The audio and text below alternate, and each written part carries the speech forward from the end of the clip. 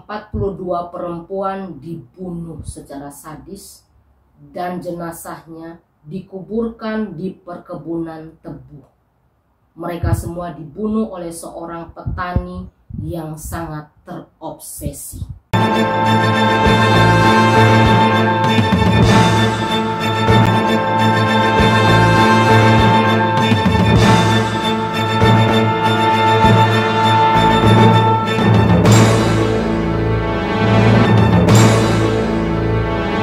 Hai Sains Dul, sahabat inspirasi Dul, saya Novel akan menceritakan kasus pembunuhan berantai yang terjadi di Indonesia tahun 1980-an lalu.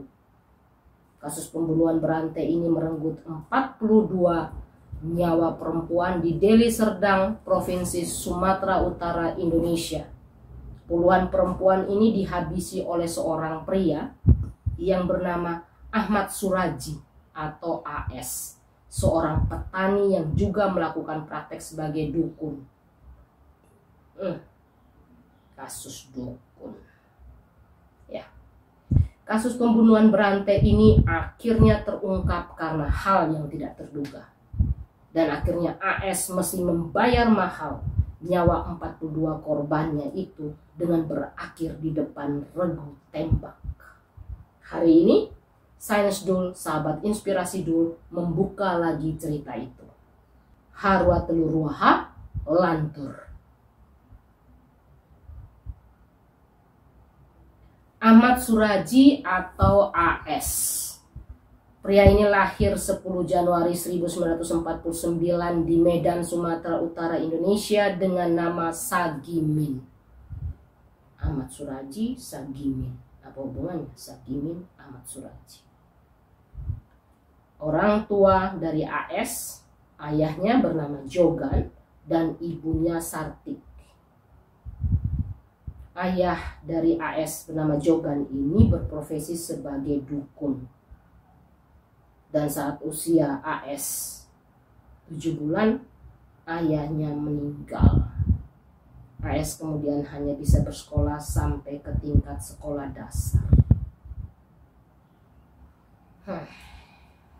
Sebentar, ada gangguan.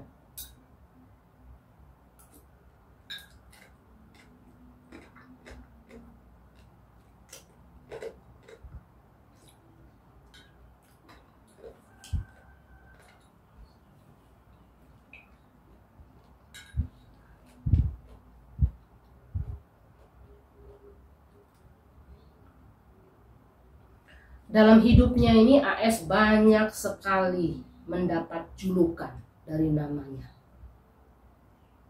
Beberapa julukannya itu AS juga biasa dipanggil Nasib. Konon waktu kecil AS itu sempat mengalami kecelakaan, tercebur masuk ke dalam sumur, tapi akhirnya AS selamat. Mungkin karena itu kemudian masyarakat sekitarnya menjuluki dia Nasib. Ya, nasib baik ya, kamu tidak mati di dalam sumur.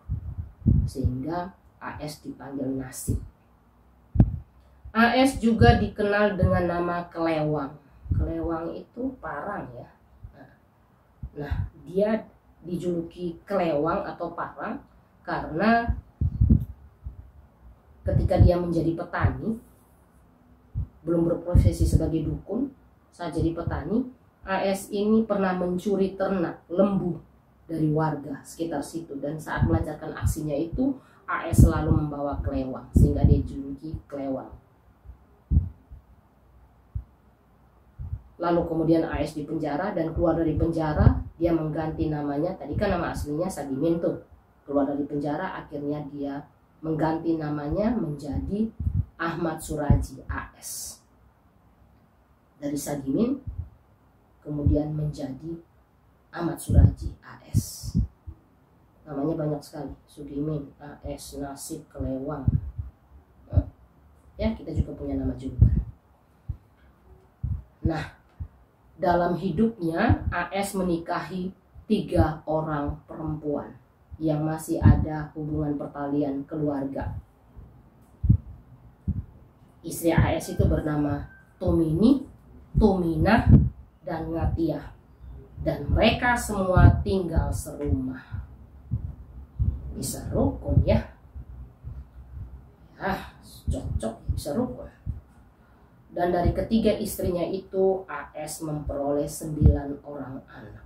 Kemudian AS mendapat julukan baru lagi. Julukan barunya adalah Datuk.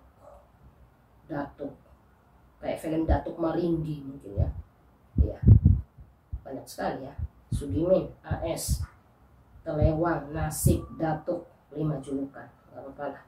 Saya juga punya banyak nama julukan. Oh, sahabat Sains Dul, meski pernah masuk penjara nih, AS tetap disegani oleh masyarakat ya, karena dia membuka praktek sebagai dukun ya di rumahnya itu. Ya kalau orang di kampung kayaknya memang dukun itu salah satu orang yang terpandang ya, karena dianggap sebagai orang pintar dan bisa membantu masyarakat untuk mengatasi berbagai hal. Akhirnya AS kemudian membuka praktek sebagai dukun di rumahnya. Buah jatuh tak jauh dari pohonnya. Buah jatuh tak jauh dari pohonnya. Ya, ayahnya bernama Jogan itu kan dulu adalah dukun ya. Jadi memang sepertinya ilmu dukun itu diwariskan kepada anaknya AS ini. Dan AS mulai mempelajari ilmu dukun itu sebenarnya sejak dia umur 12 tahun tuh. Dengan cara dia membaca melalui buku-buku yang ditinggalkan oleh ayahnya. Ini menurut pengakuan ibunya seperti itu. Dan dalam prakteknya itu AS berhasil menyelesaikan semua persoalan orang yang datang kepadanya. Mulai dari bisa menyembuhkan berbagai penyakit, kemudian bisa membuat orang usahanya berhasil, pelaris orang bilang.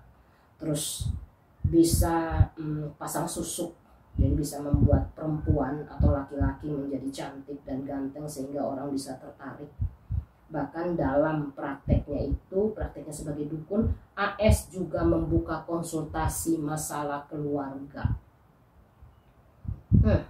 Dari menyembuhkan orang sakit seperti dokter, membuka konsultasi masalah keluarga seperti psikolog, menyembuhkan orang yang sakit jiwa seperti psikiater ya, dan orang mempercayai AS bisa melakukannya, entah benar atau tidak, tapi kesaksian orang-orang yang pernah bersama atau pernah meminta bantuan AS katanya hal itu terjadi. Makanya tidak heran banyak masyarakat di sekitarnya dan masyarakat di luar kampungnya, di luar kecamatannya bahkan kemudian pergi ke rumah AS untuk menemui AS dan minta bantuan.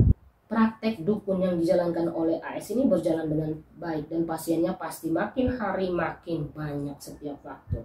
AS kemudian menjadi makin terkenal hingga akhirnya dalam praktek perdukunan itu AS kemudian menghabisi 42 perempuan yang adalah pasiennya. Kenapa AS melakukan hal itu?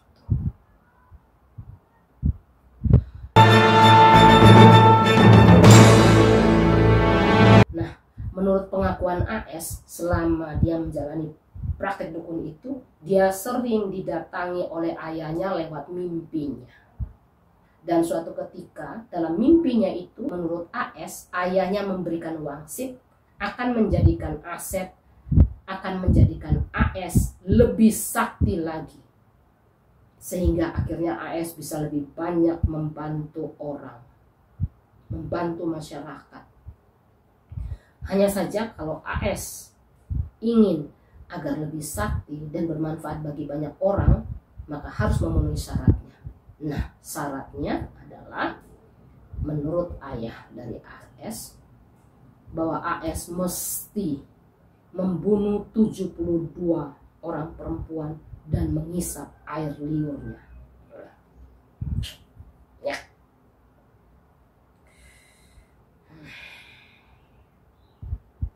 Tidak ada yang gratis, tapi kalau melakukan hal baik dengan cara-cara yang tidak baik, itu juga tidak benar kan? Yalah, masa mau menyembuhkan bermanfaat bagi orang lain, kemudian saya harus melakukan kejahatan dengan membunuh orang lain? Itu bukan cara yang baik. Setelah Asep bangun dari tidurnya, Asep tuh sebenarnya dia masih ragu terhadap wangsit yang disampaikan oleh ayahnya melalui mimpinya itu. Namun karena dia ingin menambah kesaktiannya dan ingin lebih banyak membantu masyarakat, maka akhirnya AS mulai menjalankan aksinya dan mengikuti wangsit yang disampaikan oleh ayahnya itu.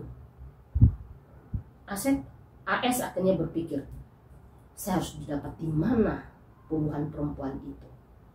Akhirnya tercetus idenya bahwa perempuan-perempuan yang akan dibunuhnya itu diambil saja dari pasien perempuan yang datang berobat kepadanya. Dan kemudian AS memilih lokasi pembunuhan itu di ladang tebu yang berada tak jauh dari rumahnya.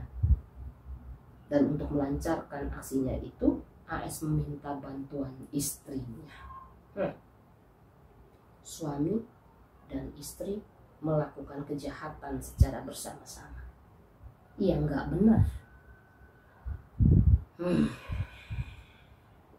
Sebentar, ada gangguan.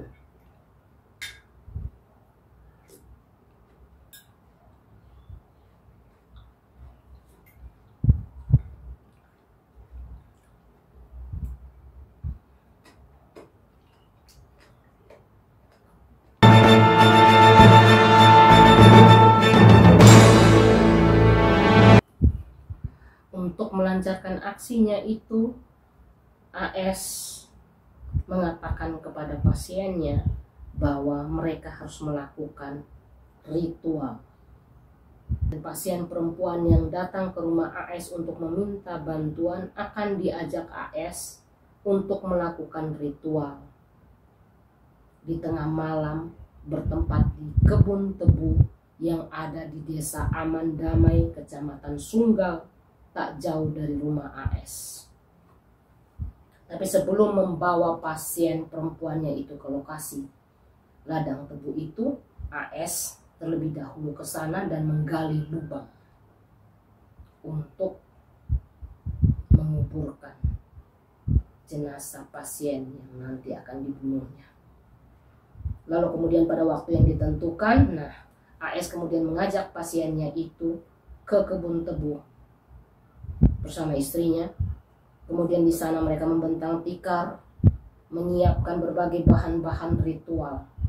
Lalu si pasien perempuan itu diminta membuka seluruh pakaiannya, kemudian berbaring di atas tikar itu sambil menutup matanya.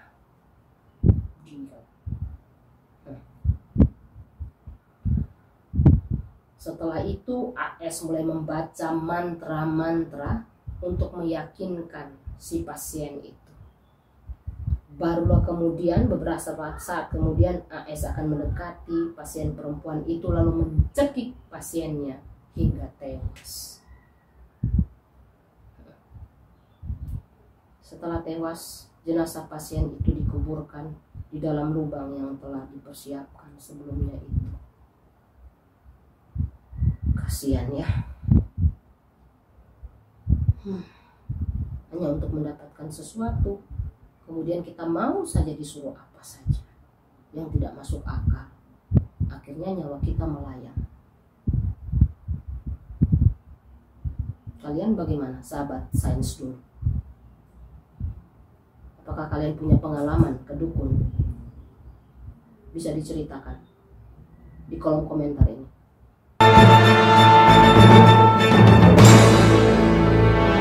Sains Dul, pembunuhan berantai AS terhadap 42 perempuan ini sebenarnya nyaris tidak ketahuan hingga jenazah korban terakhirnya itu ditemukan. Dan penemuan itu terjadi tanggal 27 April 1997 ketika seorang pemuda secara tidak sengaja pergi ke ladang tebu itu dan menemukan ada jenazah perempuan tanpa busana berada di ladang tebu itu. Jelas hal ini, penemuan jenazah ini menggemparkan warga desa setempat. Polisi kemudian datang dan kemudian mengidentifikasi korban itu, dan teridentifikasi korbannya bernama Sri Kemala Dewi alias Dewi, berusia 21 tahun. Semula polisi cuma mencurigai pelakunya adalah suami dari Dewi, karena beberapa saksi yang diperiksa polisi mengarahkan bukti kepada tersangka suaminya. Menurut pengakuan saksi, malam sebelum Dewi itu hilang dari rumahnya, Dewi dan suaminya bertengkar. Namun tentu saja polisi tidak begitu saja mempercayai apa yang dikatakan saksi. Cek dan dicek, perlu dilakukan penyelidikan, terus dilakukan. Saksi-saksi terus diperiksa. Kasus ini panjang sekali. Tiba-tiba muncul seorang saksi bernama Andreas.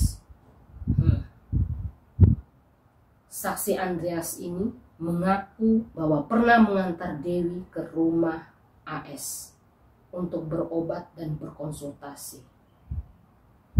Aduh Dewi, kamu mau berobat dan berkonsultasi apa ke AS? Nah, informasi dari saksi Andreas ini langsung ditindaklanjuti oleh polisi dengan langsung mendatangi AS di rumahnya. Dan saat itu AS kepada polisi mengatakan bahwa ya, Dewi pernah datang ke rumah saya. Dewi pulang selepas maghrib. Karena masih minim bukti, akhirnya polisi tak bisa menangkap AS. Polisi tidak kurang akal. Polisi terus mengembangkan penyelidikan ini, memeriksa semua saksi, bahkan polisi maju selangkah dengan mulai memeriksa berkas data-data kasus orang hilang selama beberapa tahun terakhir. Dan hasilnya, sebagian besar orang hilang itu adalah perempuan. Dan sebagian besar orang hilang yang dilaporkan keluarganya itu adalah pasien dari AS. Nah, di sini titik terangnya. Bukti kemudian mengarah semua kepada tersangka AS. Sehingga dengan bukti itu, polisi kembali mendatangi rumah AS, melakukan pemeriksaan terhadapnya, dan menggeledah rumahnya.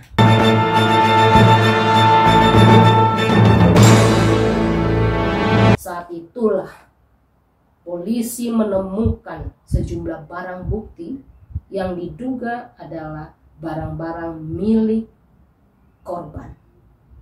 Ada pakaian, ada banyak sekali pakaian perempuan dan perhiasan perempuan.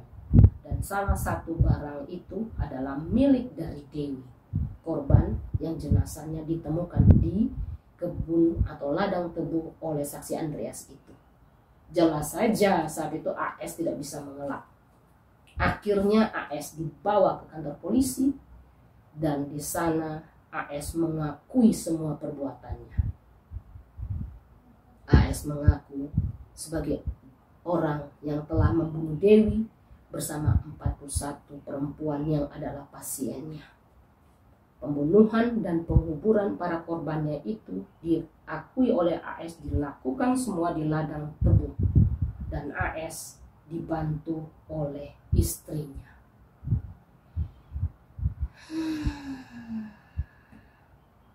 Ya, tidak ada kejahatan yang sempurna.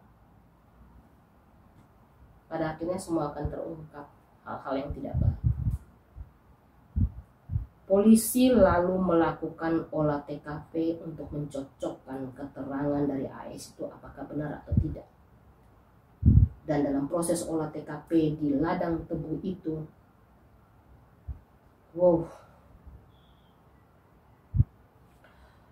sebentar, ada gangguan.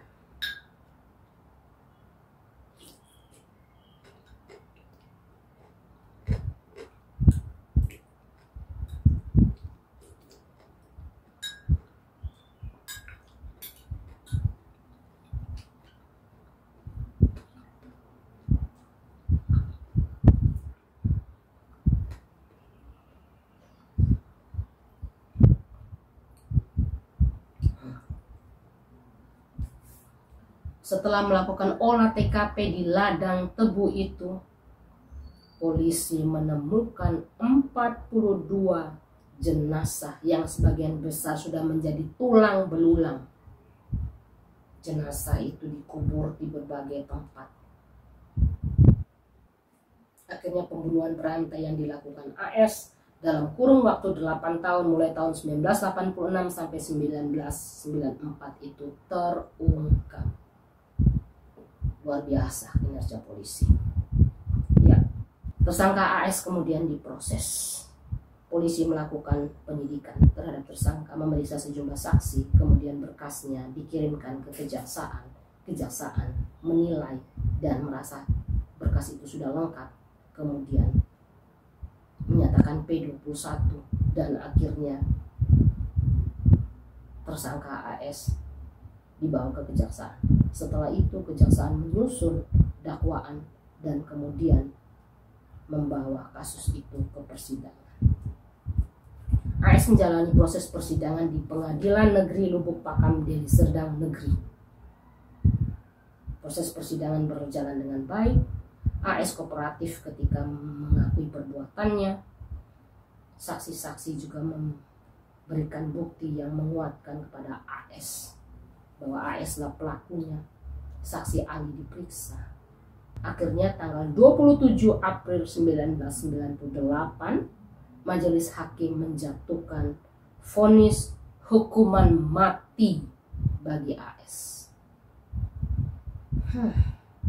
Ketua Majelis Hakim Pengadilan Negeri Lubuk Pakam Deli Serdang Negeri, Haugauro Harefa, mengatakan begini dalam amar putusannya. Kami, Majelis Hakim, memutuskan bahwa saudara terdakwa dijatuhi hukuman mati.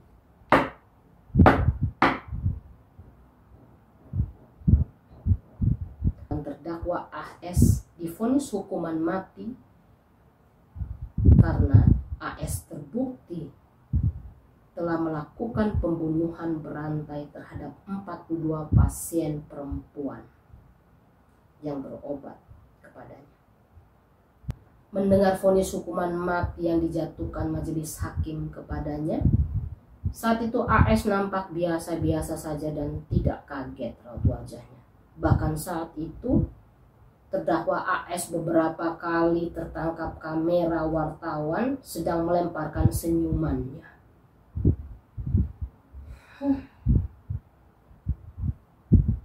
Apakah ini artinya dia menyesali perbuatannya atau tidak? Dalam sidang yang lain dengan terdakwa istri pertama AS yang bernama Tumini, majelis hakim juga memvonis Tumini dengan hukuman penjara seumur hidup. Tahun 2001 kuasa hukum AS mengajukan kasasi ke Mahkamah Agung tapi ditolak. Dan pada tahun 2004, 3 tahun kemudian, dibantu lagi oleh Lembaga Bantuan Hukum Medan, AS mengajukan gerasi ke Presiden. Dan gerasi AS itu tanggal 20 Desember 2007 ditolak.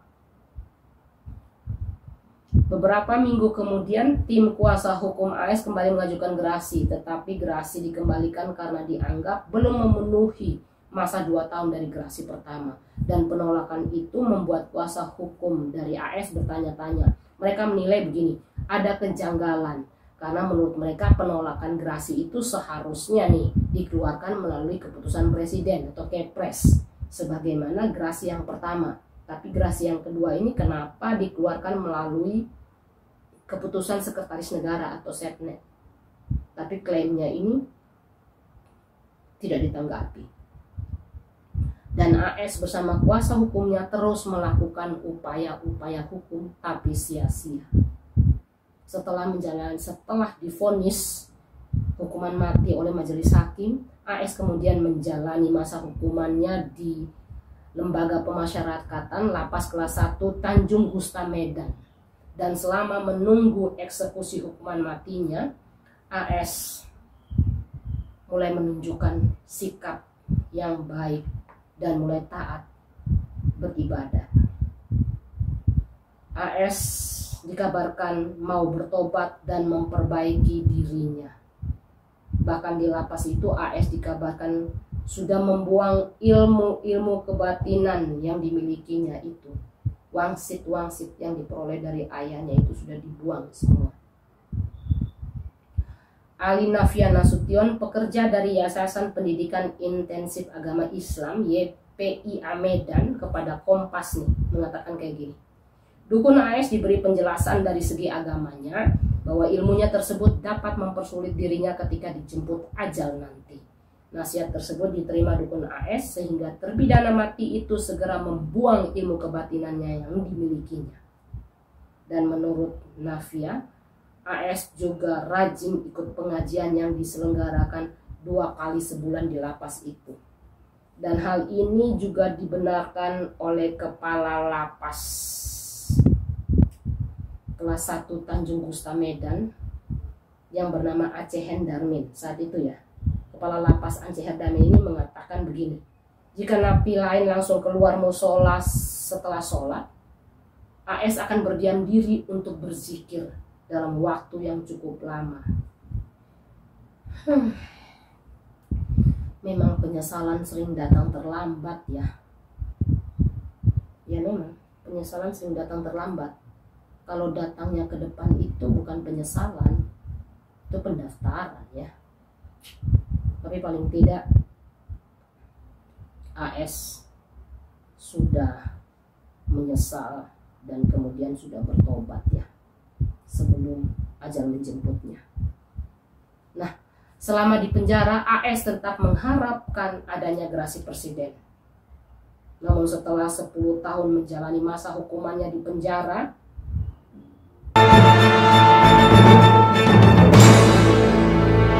tepatnya tanggal 10 Juli 2008 jam 22.00 atau 10 malam, AS atau Sagimin, AS atau Sagimin atau Nasib atau Klewang atau Datuk atau Ahmad Sariji dieksekusi mati. Jaksa pada Kejati Sumatera Utara menggelar eksekusi mati terhadap AS dan pasukan Brimob Polda Sumatera Utara menembak mati AS. Dan atas permintaan keluarga, jenazah AS langsung dikebumikan keesokan harinya. Tapi warga dari desa Sei Semayang menolak jenazah AS itu untuk dimakamkan di desanya di Sei Semayang. Ana, ibu dari korban yang bernama Dewi itu mengatakan dia tidak ikhlas melihat kuburan AS itu akan bersanding dengan makam putrinya Dewi. Kepada wartawan, Ana mengatakan bahwa jika memang harus ditanam di desa itu, jangan dikuburkan di TPU. Kuburkan saja di depan rumahnya, jangan di perkuburan umum. Terlalu berat penderitaan kami akibat perbuatan dukun AS. Kami tidak terima jika dia dikuburkan di desa ini. Kasihan ya. Nasibnya orang jahat itu seperti itu. Semasa hidup juga tidak diterima oleh masyarakat. Ketika mati jenazahnya juga tidak diterima. Makanya jangan berbuat jahat. Akhirnya jasad AS dikebumikan di TPU Muslim Kelingan. Oh ya, Sains Dul. Kasus AS ini telah diangkat menjadi sebuah film dengan judul Misteri Kebun Tebu. Adakah dari kalian yang sudah menonton film itu? Kalian bisa berkomentar di kolom komentar ya, apakah film itu sama dengan narasi yang saya ceritakan tadi. Semasa hidupnya ketika di penjara, AS pernah mengatakan begini, sihir hitam datang dari Tuhan. Aku tidak memilikinya lagi. Aku telah bertobat. Kuharap aku punya kesempatan untuk hidup. Ya, setiap orang boleh berharap, tapi Tuhan juga yang menentukan. Kesempatan hidup kita itu cuma sekali ya. Karena itu kehidupan mesti dijalankan dengan baik. Melakukan banyak kebaikan, bukan kejahatan. Sains Dul. Di dunia ini memang banyak sekali kesempatan dan pilihan untuk kita jalani. Jadi pilihlah yang terbaik menurut kita. Dan bertanggung jawab terhadap pilihan yang telah kita ambil itu. Misalnya nih, jika kita sakit, kita bisa memilih tuh untuk berobat atau tidak berobat. Pilih itu. Jika kita memilih kita mau berobat, ada pilihan lagi tuh. Kita berobatnya kemana? Ke dokter? Atau kita tidak ke dokter, pergi aja beli obat di apotek dan minum. Atau kita ke dukun. Nah, kita pilihlah. Pilihlah itu, jalani itu. Karena tidak ada yang benar-benar menjadi pilihan terbaik. Selain bagaimana kita harus memilih dari sekian banyak pilihan yang ada. Dan yang terpenting dari pilihan itu adalah kita mau menerima resiko dari pilihan yang telah kita ambil itu. Itu yang penting. Baiklah Sains Dul, jika kamu tidak mampu meyakinkan seseorang dengan ceritamu, buatlah dia terhibur dengan aksimu. Kalau dia tidak terpukau, mungkin dia hanya bisa mengingatmu. Ikuti cerita Sains Dul berikutnya. Harwa telur waha ngiring demun. Maaf, ada gangguan.